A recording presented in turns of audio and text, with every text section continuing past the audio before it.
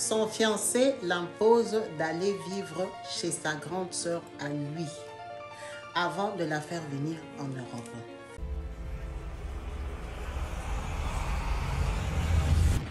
Kabibi Show 2, histoire de vie réelle et vécue.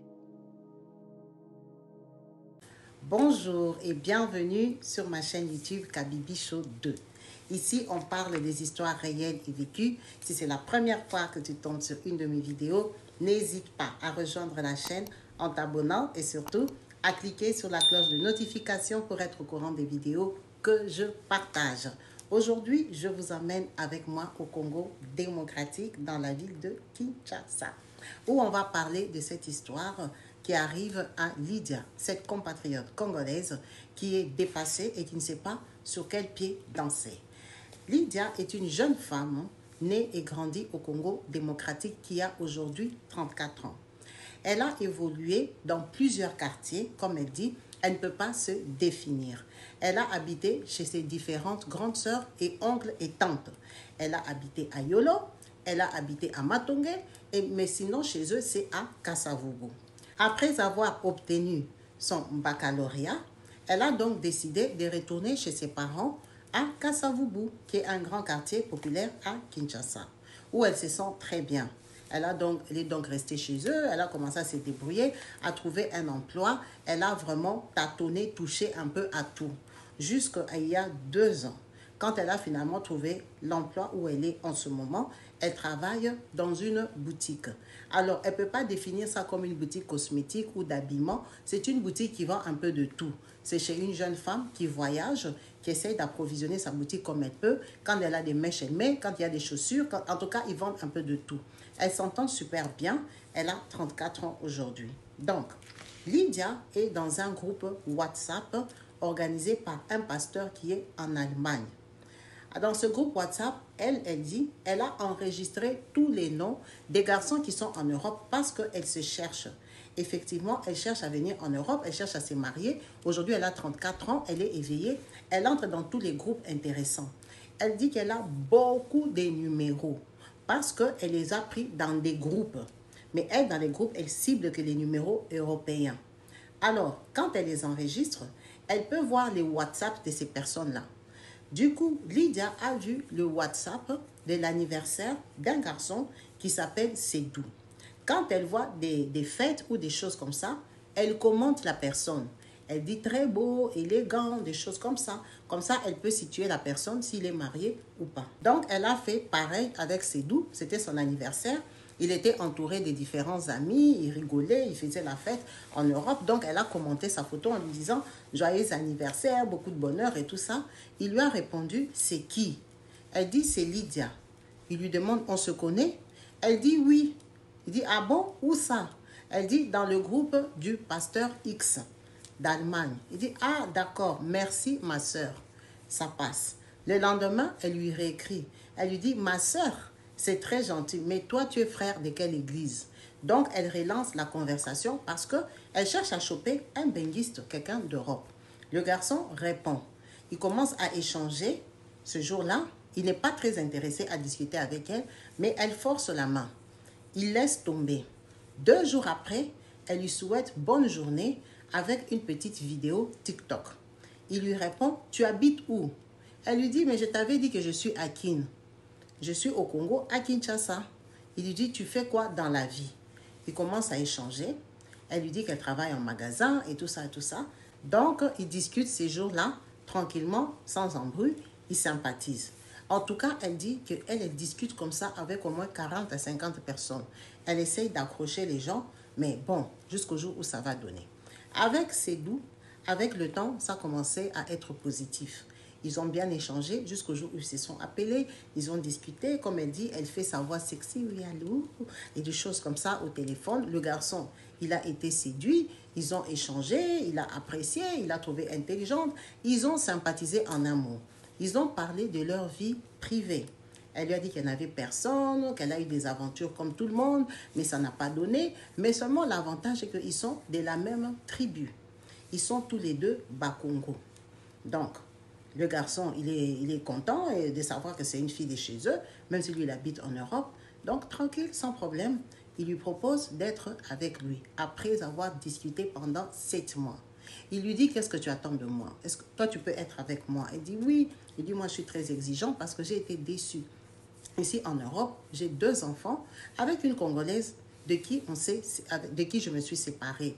Elle est partie avec les enfants, on fait des gardes partagées, c'est pas la vie dans laquelle je me projetais. Moi, je veux une femme sérieuse, mais vous, les filles de Kinshasa, on dit que vous n'aimez que l'argent, vous n'aimez, en tout cas, il est au courant de beaucoup de choses qui se passent avec les filles qui sont en Afrique. Donc, ils ont beaucoup débattu sur ça. Ils se sont convenus de vivre ensemble. Il lui a demandé combien tu gagnes par mois.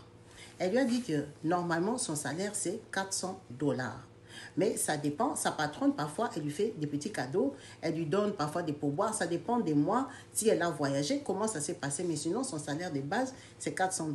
Il arrive qu'on lui donne parfois 50 $ de transport, des choses comme ça. Il lui dit, ok, d'accord. Le garçon lui envoie 400 $ le mois d'après. Elle est très surprise. Elle lui dit, c'est beaucoup d'argent, c'est pratiquement mon salaire. Il lui dit, oui, je sais pourquoi j'ai fait ça. En tout cas, moi, je t'apprécie beaucoup. Tu vois que je suis un garçon sérieux. Moi, ce que je veux, que tu ailles dans ma famille. J'ai ma grande sœur là-bas, à Selembao. Elle s'appelle Yarose. Je veux que tu ailles voir Yarose. Je lui ai parlé de toi et tout et tout. En tout cas, je te donne son numéro, mais c'est elle qui va t'appeler. Enregistre son numéro. Quand ça va sonner, tu sauras que c'est ma grande sœur. Ok? Vu qu'ils avaient déjà parlé de la famille, elle savait qu'il avait une grande sœur à Kinshasa. Yarose l'appelle. Ah, elle discute, elle est très polie, très gentille. Yarose lui dit, tu dois passer à la maison. Sedou m'a parlé de toi. La formule normale. Donc, elle s'apprête, elle part en tant que bonne fille, gentille fille, simple, donc une sœur en Christ. Quand elle arrive chez Yarose, à sa grosse surprise, Yarose est une handicapée. Ah, elle était très choquée. Il lui a jamais dit que sa sœur boitait, quoi. Elle boitait vraiment, donc c'est les genres de sœurs. Elle a même un fauteuil. Mais sinon, elle peut s'élever, elle peut marcher. Mais quand elle fatigue, elle a un fauteuil dans lequel elle s'assoit dans la maison, elle peut circuler et tout ça. Donc, elle est très, très surprise. Elle fait semblant, en tout cas, ils ont bien discuté. Yarose lui a présenté son mari. Yarose a 4 garçons et une fille. Et c'est la fille qui est la cadette. La fille, elle a 9 ans. Ok, donc tout se passe très bien. En tout cas, elle lui dit, la maison est ouverte, n'hésite pas à venir ici, patati patata. Quand elle retourne, elle n'ose pas commenter pour lui dire que Yarose était handicapée. Elle lui dit seulement, je l'ai vue, elle est gentille, vraiment ta grande soeur et tout ça. Il lui dit, ah, tu n'as pas remarqué que ma soeur est handicapée? Elle dit, oui, j'ai vu, mais qu'est-ce que ça fait? Vraiment, qu'est-ce qui lui est arrivé? Elle est née comme ça. Il dit, oui, ma soeur, elle est née comme ça et tout et tout. Il dit, ah, d'accord, en tout cas, bon, elle a eu de la chance, elle est mariée, son mari, elle l'a rencontré. Ouh, ah non, le mari, c'est un vieux de notre quartier, c'est quelqu'un qu'on a connu, patati patata. Donc, ils ont échangé sur sa grande soeur. Elle est restée très polie et tout. Donc, lui, il lui dit, il faudrait que tu commences à aller là-bas parce que ma soeur, elle m'a aussi fait un retour sur toi. Elle t'a apprécié, tu es sympa, tu es poli et tout ce qui va avec. En tout cas, elle a fait l'effort de commencer à aller là-bas. Maintenant, quand elle va là-bas, vu que Yarose a 4 garçons, mais elle a des garçons adolescents, c'est des grands garçons, en tout cas, ils savent tous se débrouiller. Elle dit, dès que tu arrives chez elle, tu remarques que ces garçons-là, ils savent faire la vaisselle, ils savent... En tout cas, ils sont pas comme des filles, mais ils savent travailler, ils savent faire le ménage parce que leur maman est handicapée, elle les a formés. Mais en tant que belle-sœur africaine en Afrique, quand tu vas chez ta belle-sœur, tu ne vas pas croiser les bras et les pieds te faire servir. Ça veut dire que, même si on prépare, elle dit, la Yarose, elle peut préparer comme ça, à la braise, elle est en train de préparer tout ça, mais elle appelle son enfant, amène-moi ça, amène-moi ça, amène-moi ça. Mais c'est elle qui cuisine. Elle dit maintenant, quand tu es la belle-sœur, normalement, quand tu arrives, tu dois te proposer. Donc, à chaque fois qu'elle va là-bas, elle se propose. En tout cas, elle discute. La dame là l'accueille sans problème. Mais la dame a 4 garçons. Quand elle est là, du coup, c'est elle qui fait le boulot des 4 garçons parce que déjà, on doit l'apprécier et puis c'est une femme. Donc, normalement, c'est toi qui dois l'aider. Alors, elle travaille beaucoup quand elle va chez sa belle-sœur. En tout cas, c'est sans arrière-pensée. Le mois d'après, le garçon lui envoie 200 $. Elle est très contente parce qu'elle ne lui demande pas. Vu qu'il lui avait envoyé 400 $ le mois d'avant, il lui envoie 200 $.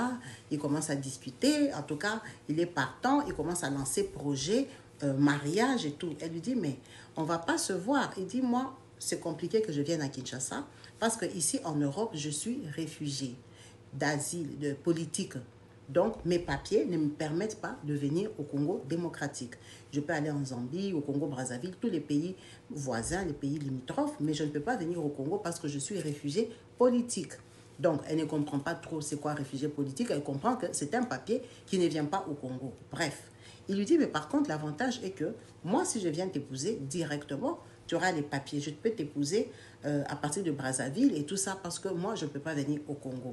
Donc, elle ne voit que du feu parce qu'elle sait que les papiers européens, c'est trop compliqué. Donc, il lui dit, moi, ce que je souhaite est que je fasse la présentation chez toi. Tu pars déjà vivre chez ma grande sœur. Comme ça, moi, je vais faire les démarches. Toi, tu vas quitter le Congo. Tu vas aller dans un autre pays où moi, je viendrai t'épouser. Comme ça, tu vas venir dans la voie légale ici en Europe. Donc, le plan, c'est quoi? Exemple, si elle va se marier à Brazzaville, parce que lui, il est réfugié. Après le mariage, elle retourne chez sa grande sœur à lui, Yarose. Comme ça, lui va faire entrer son dossier en Europe et elle viendra dans la voie légale avec les papiers.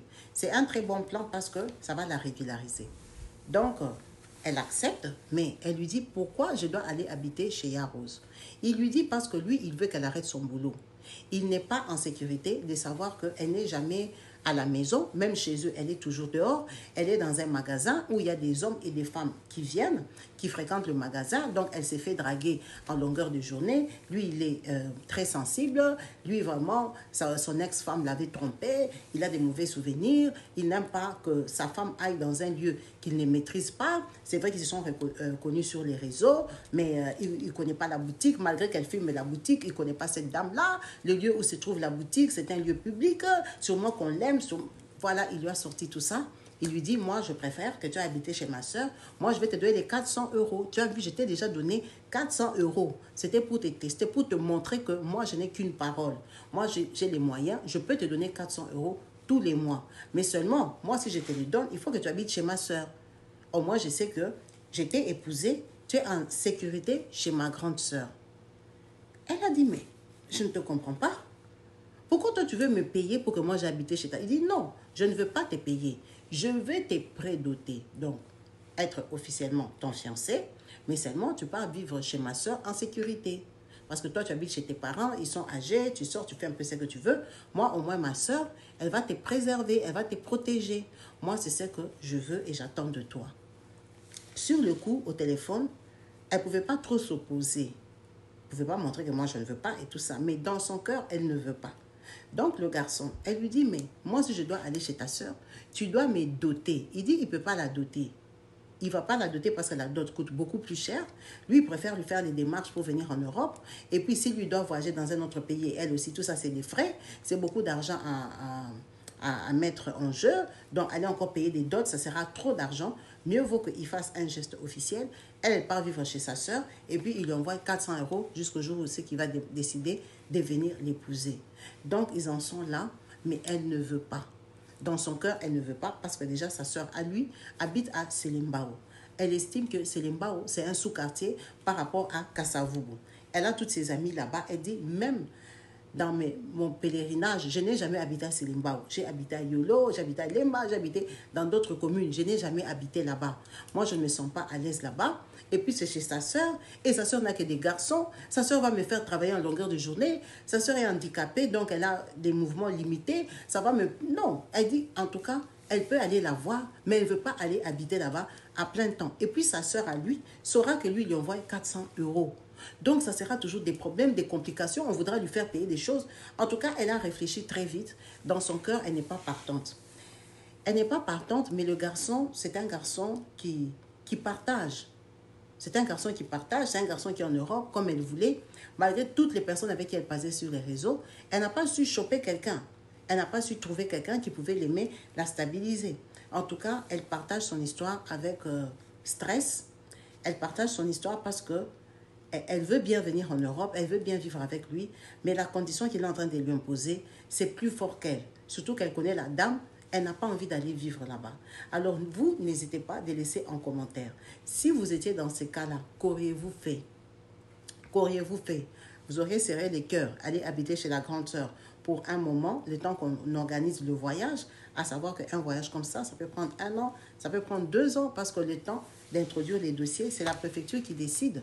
C'est la France qui décide s'il te donne les papiers, il te donne la carte, à quel moment, avec toutes les nouvelles réglementations qui sont à jour aujourd'hui, avec tout ce qu'on a fait comme réforme pour faire faire un regroupement familial.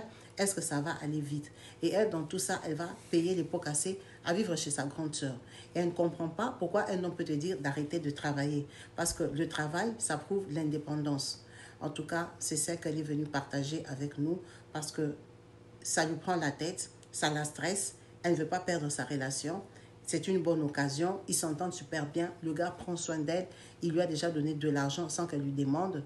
Elle est perdue par rapport à ça et elle partage cette histoire pour avoir le cœur net, apaisé par rapport à sa réaction. Merci à vous tous qui n'avez pas hésité de suivre cette vidéo jusqu'à la fin. N'hésitez pas à laisser en commentaire ce que vous pensez de cela et comment auriez-vous réagi. Sur ce, je vous dis à la prochaine. Peace and love chez vous. Bye. Elle est là, elle est là, elle est là, elle est là. Elle c'est Kabibi, elle c'est Kabibi. Elle a un cœur à non, elle a une voix de rock, elle a une voix qui porte, c'est Kabibi, elle c'est Kabibi. Elle est belle, elle est classe, elle est maniaque, elle y croit, elle avance, elle est dure, elle est déterminée. Elle a un cœur à non, elle a une voix de rock, elle a une voix qui porte, elle c'est Kabibi, elle c'est Kabibi. Elle a un cœur en or, elle a une voix de rock, elle a une voix qui porte, elle c'est Kabibi, elle c'est Kabibi. Elle partage sa joie, partage sa voix, elle partage sa voix. Elle est maniaque, c'est Kabibi, elle c'est Kabibi. Elle est belle, elle est classe, elle est maniaque, elle y croit, elle avance, elle est déterminée. Oh oh oh oh oh. Yeah. She's the only one that we never had before. Only one that we never had before. Kabibi, go ahead. Go ahead. Kabibi, go ahead. Go ahead. Yeah.